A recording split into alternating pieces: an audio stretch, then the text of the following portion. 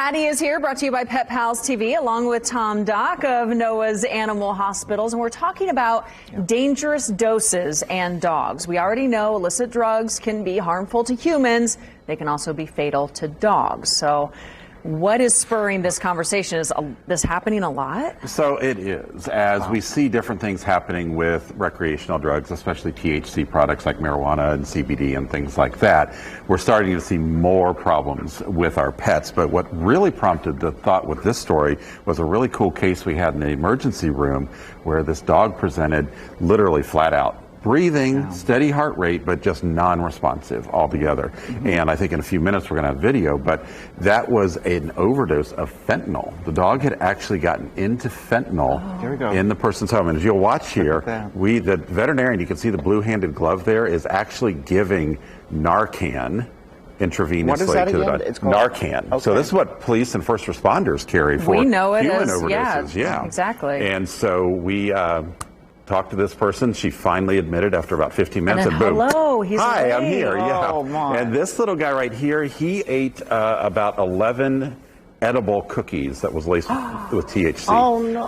And you can see I'm uncoordinated, I'm ataxic, which means I can't stand up. Okay. I'm very sensitive to sound and light and just overly sensitive. I mean, honestly, these guys do okay, but they do need medical attention, and we need to know. Aha. There you go. Because people are lying to you, aren't they?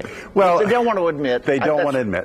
They don't want to admit that they have. They think they're going to get in trouble for what they had in their home that the dog got into. Right. And what we're interested in is keeping the family together, making sure that the dog is okay. So please, just tell us straight out, okay? If it's marijuana, if it's fentanyl, whatever it is, meth. We even see meth cases on occasion.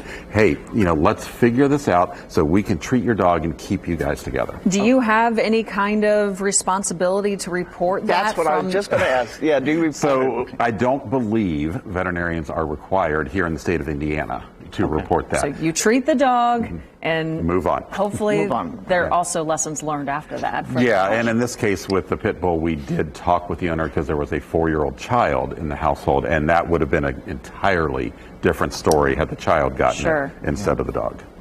Wow. So for the case of the edibles and that dog, there's Narcan for the fentanyl.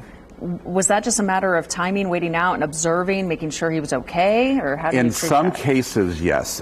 In this case, we had to actually give what we call kind of a lipid therapy. So we infused lipids into a dog's bloodstream.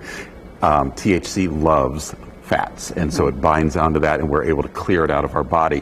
Otherwise, the dog's liver just keeps putting it back into the system. The dog keeps getting high, keeps getting high, keeps getting high, and eventually you've got respiratory depression, you've got central nervous system depression, and it can kill the pet. And so we want to make sure we act quickly with this. Otherwise, honestly, we hang a towel over their cage, a little bowl of water, let them sleep. Keep them as stress-free as possible. Yeah, I want to make a joke about giving them Doritos and munchies. What about cats too? So we have not seen that with cats. Yeah, cats are very persnickety about what they eat. Dogs eat everything. Right, and cats don't tend to have a sweet tooth, and so they don't get into as many of the edible products as we see now. Even though curiosity kills the cat, but in this case, it could happen, but I wouldn't speculate on how that would happen. Okay, well, I really appreciate this insight because we talk about this becoming a frequency in Indiana while, as far as THC goes, it's still legal, but so many neighboring states can sell it recreationally, legally. So